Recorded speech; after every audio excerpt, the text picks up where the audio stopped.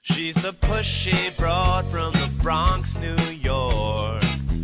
Follow her voice, a straight dog is nice. She's a pushy broad from the Bronx, oh yeah. Don't be surprised if you wanna listen twice. Make decisions, find the right choice. Know yourself better, find your own voice. It's okay if you need help today, cause everybody needs a little push. From the pushy broad from the Bronx, New York.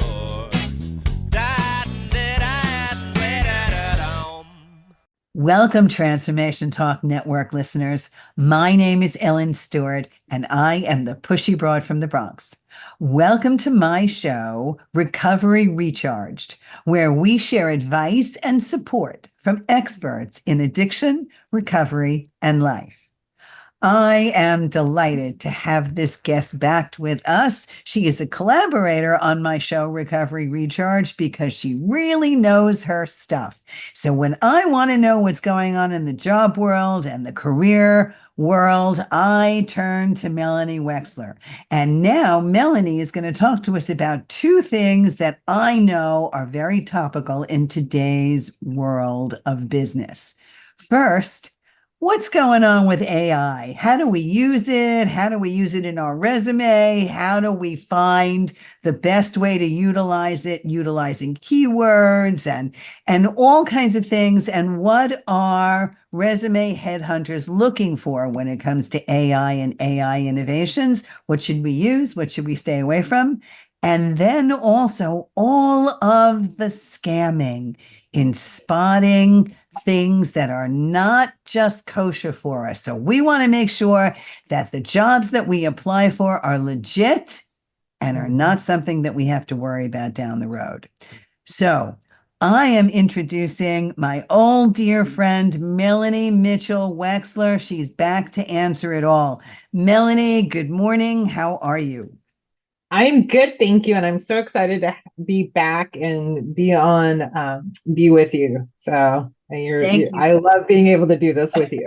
Oh, I love this too, because you're so knowledgeable and you so break it down for us. Okay. It's very important to us in recovery to understand that we need purpose. All right. So when we're new in recovery, we want to get back into the workforce. We want to know what's going on. This is the middle of fall. People are starting to really look for work, right? Summer's long gone. We're getting right into it. Let's talk about AI and how it's currently being utilized in the job search market, both by employers and job seekers. Let us have it, Melanie. Perfect. So first, the thing I want to say about AI is when we first started hearing about all these little tools like Chat GPT, there's Claude, there's Perplexity. See if I can name a few.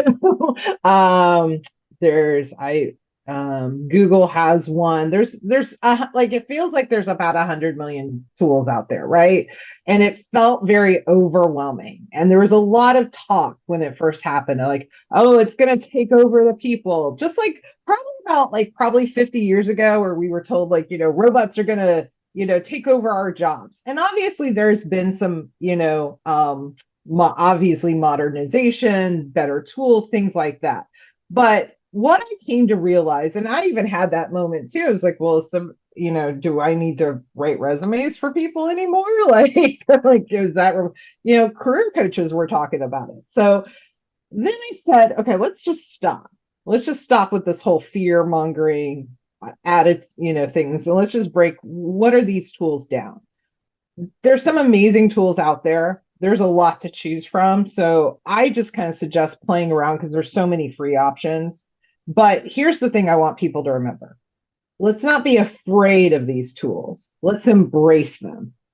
Let's learn how to actually use them. And especially if you're getting back into the workforce or you're wanting to pivot, these are tools that you're going to probably be seeing some form of in the workplace. So it's going to be really important you have an understanding of how they work. Who's going to get left behind in this situation are those people that are going to be like, oh, I would never use that. That's going to take away our jobs.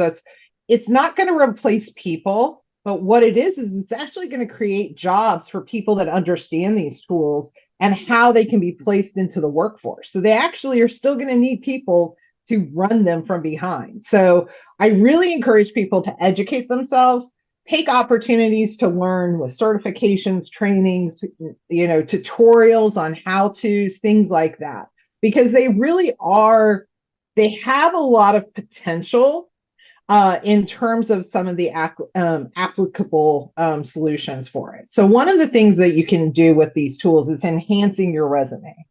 Now, I said all of that. Now, here's what I'm going to say about how to enhance your resume. Yes, there are many tools that you can just say, put in this information and voila, here's a resume. That's not going to cut it. You still have to. Tell me why. Tell me why it isn't going to cut it. Because you still have to show up in your resume. Remember that this is not a human being. So it doesn't know you. It's only reading the information. So it can't infer successes. It can't infer, even, okay, that was like the most pivotal change in my career because I led that certain project. So you have to go back through and really make sure that you, the human being, is showing up in these resumes. That's first and foremost. The other thing is some of these tools are not 100% accurate. Guess what happens, folks? When we put information into these tools and we're asking for it to, give us this or give us that, it's only as good as the information it receives. And while it's probably, I can't even guess how much probably information these tools receive on any given day, the reality is some of that information is not correct. So you have to watch and make sure that they're very command driven. So if the command you give it is very vague, it'll create things about you. It'll create your own story. And okay. Okay. All right. So let's say all of that is true. All right. So let's do just some basic fundamentals. All right. I decide I want to craft a resume. Okay, so I can find a resume template someplace, but I'm doing this all from my experiences, my work experience, everything I'm saying, I'm generating from my brain, my head. All right. Then I decide to take what I consider to be my finished resume and pass it through an AI program to ask for polishing, maybe adding some action words to take what I have and make it a little better, right?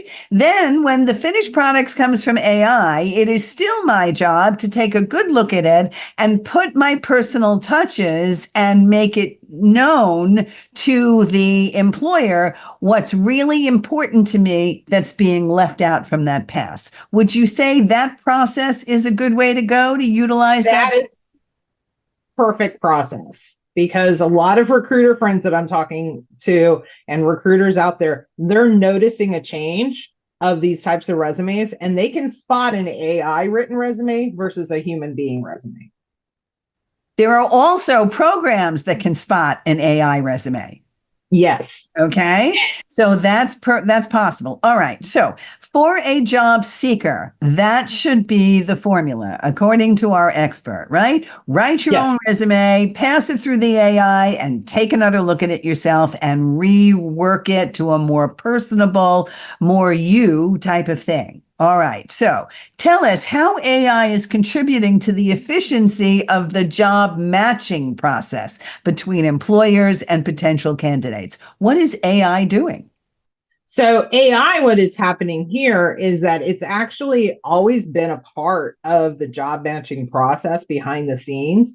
And this is where the keyword searches come into play. So it's just using an algorithm basically of saying, okay, if this is, I'm commanding, like, give me the resumes in my system that have, X, Y, and Z qualifications or keywords, and it's going to export that out to me. Again, still have to have a human being. I don't, foresee us having robots calling us and doing our interviews, or, there is still that human element that we have to have involved in it. So that's where, but the goal with that, and I don't want people to fear that either, because here's the reality: if it can make the process more efficient for recruiters, then they're going to be able to reach out to more people. and they're going to be able to talk to more people and thus work positions much faster and hopefully get the job hiring process going much quicker.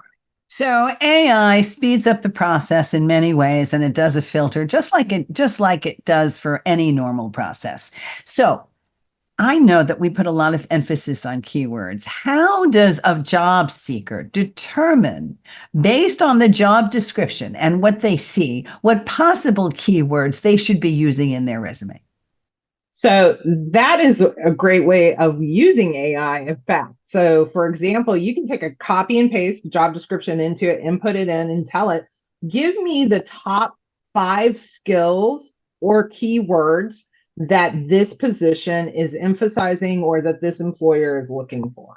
And it will generate a summary of what the job description. So that's another tool that's going to help you in terms of shaping that resume to fit that job.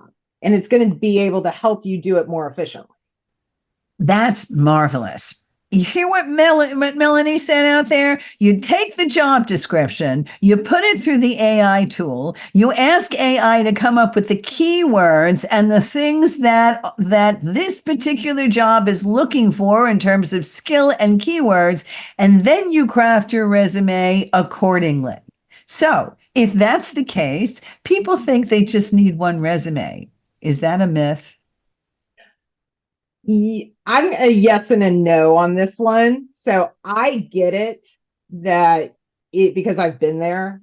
You could come home, you're tired, you've maybe been searching consistently. The last thing sometimes you want to do is have to craft a new resume. I'm a big believer, we're not recrafting a whole resume, we're just tweaking it. The tweaking just doesn't sound sexy. So, it's not a sexy word, but it's really what we're doing. Okay. So we're changing just the bits and pieces of it that are related to the job so that we see that emphasis on those keywords and those key skills. If you're having to change your entire resume to fit a job, as a former recruiter, I'm going to be the first one to tell you, you're not qualified for that job then. We shouldn't have to do a overhaul of the entire system for you to fit that job. If that's the case, then we probably have a mismatch in terms of the jobs you're applying for. Okay, fair enough. But if I decide I want to do a training resume and then I get something that actually allows me to tweak that in terms of my abilities in training large groups or one-on-one training and also putting it in terms of what the keywords are, then it does pay to have different resumes tweaked to particular types of jobs. Correct? 100%. And here's where I'm going to tell you where I'd rather you focus on making those changes in those resumes as opposed to applying for 100 jobs and half of them not be what you're qualified for. Apply for the jobs you're super passionate about. That's going to, I know it sounds counterintuitive because we're told the more you do something, the better you get, right?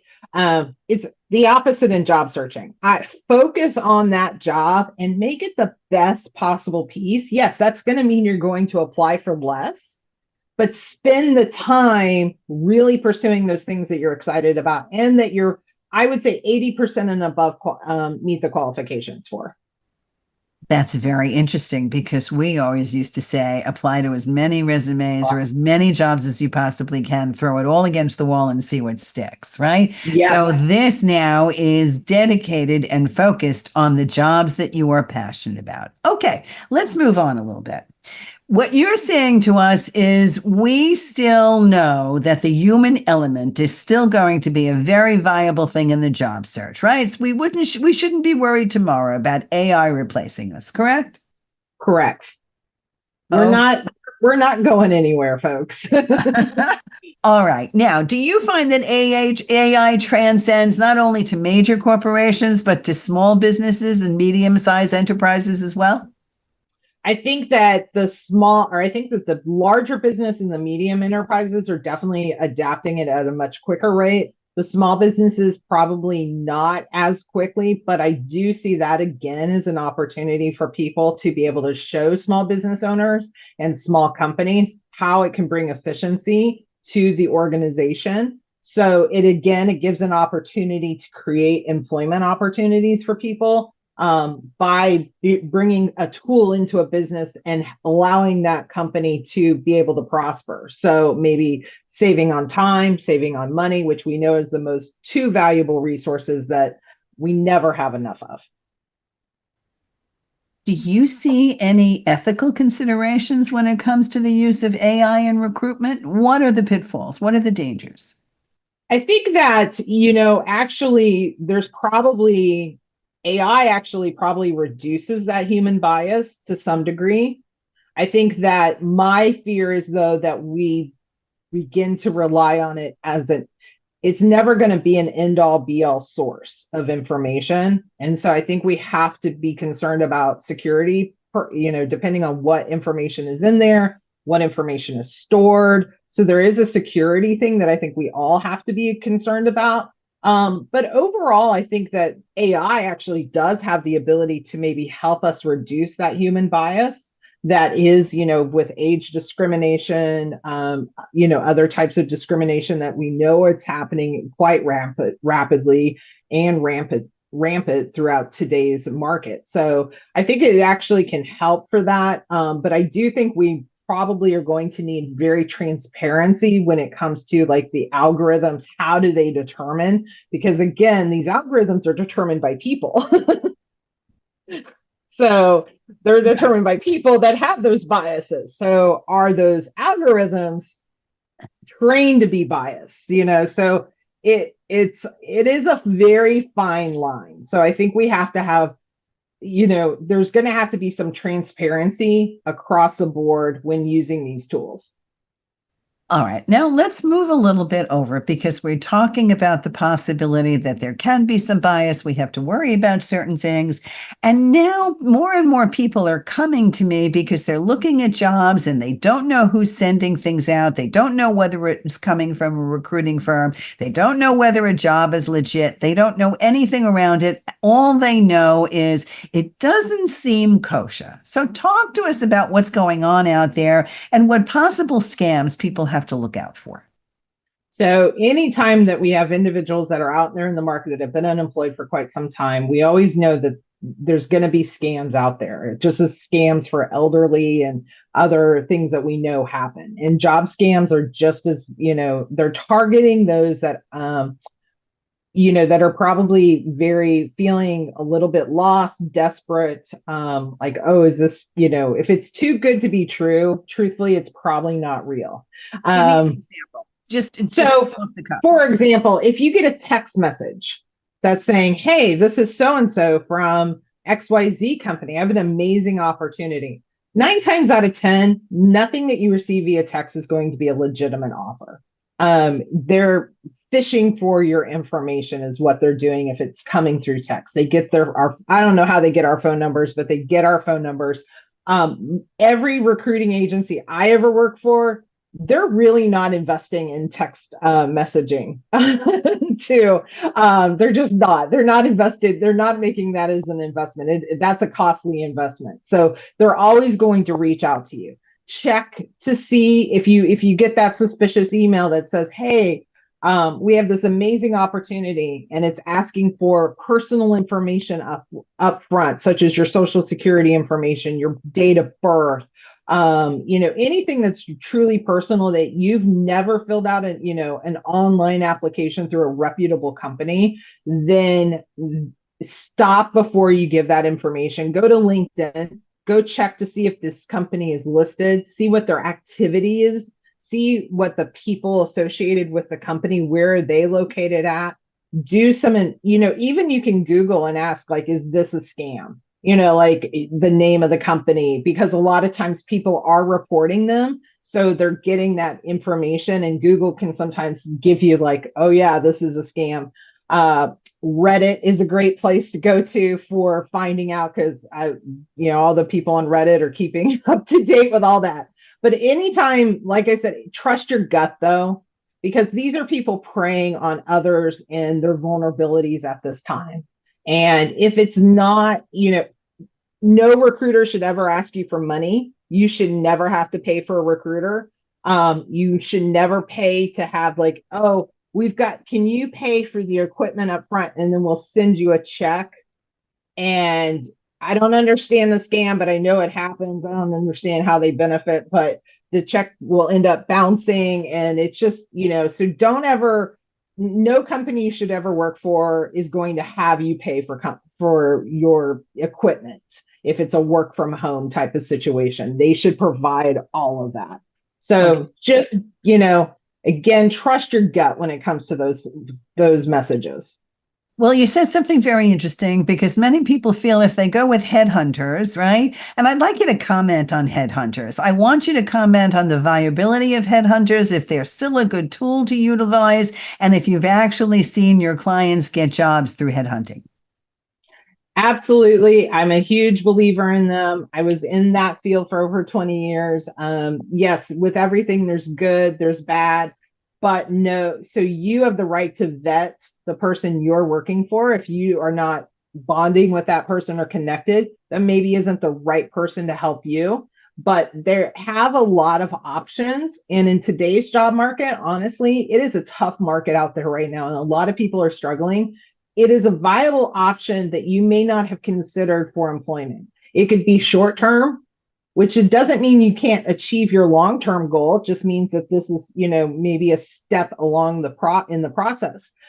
So there's a lot of good options out there, and I really encourage people just to be open. Be open and flexible to and hearing out what they might say. Maybe that's not the right opportunity, but maybe they'll have something that does fit with what you're looking for. So it's really important to be open and flexible in today's market. One more question about headhunters. So, most of the time, well, many times when somebody applies for a job, it does say staffing agency and headhunting agency. It says that right up front so that you know it is coming from a staffing agency. Can you particularly search for a particular staffing agency up front that deals in your industry or the industry you want to go to, single them out and send a resume? Yeah, absolutely. You can always be able to. I'm a big LinkedIn fan. I use LinkedIn with a lot of everything I do. So I encourage people, if Google, I actually would start on that with Google and like staffing agency and then the industry and see what that produces. And then take that list and then take it to LinkedIn and now go look for that company page and then look to see what recruiters are there and start reaching out. Honestly, most of them will say, yeah, send me your resume. Send me your resume. They may not have anything, but you can go to their company website, see what job postings they have, and you can start connecting as well as networking and let them know, hey, this is what I'm looking for. Am I a viable candidate for you? What are some of the hot industries happening here in 2024? And then how do you see it evolving in 2025? So we're still seeing a lot of trends in healthcare and all levels of positions across the board. Obviously, we know that the pandemic hit healthcare very hard, but we are seeing a lot of hiring and movement in the healthcare industry. Interesting enough, we're seeing a lot of needs for accounting and finance professionals. There is a shortage of accounting and finance professionals. And so even for entry level, a good way to get in start is with accounts receivable and payable. So those are two really big industries right now. I do think we will see, I don't think we will see a major tech boom, but I do think we will see some resurgence of tech related positions. Tech industry and as a whole took a hit this year, but I do think we'll see probably a little bit more of that coming back. Well, of course, AI, which is machine learning, and of course, cybersecurity Yeah. is still pretty hot, correct? Yes, absolutely. Anywhere in those areas, cybersecurity is definitely still one of the hottest areas and is still one of the most competitive areas as well. All right. So we've only had about a minute or so. So what I'd like you to do is just to sum up for us a little bit about what you talked about and tell people where they can find you because you work virtually. So you can handle people all over the country and all over the world. So go. So when it comes to AI, check out all the tools that are out there, test them out, play with them, have a little fun, but don't rely on them solely for the information. Make sure that you change it so that it reflects you and your personality. Beware of job scams. If you are suspicious of it, it's probably a scam. If that's your first gut instinct, but ask others for their thoughts and opinions on that. And, and if you're in the job market, I know the job market is really hard right now. Just continue to press forward with a positive attitude and know that, we're starting to see some movement. We are going to see some movement happening.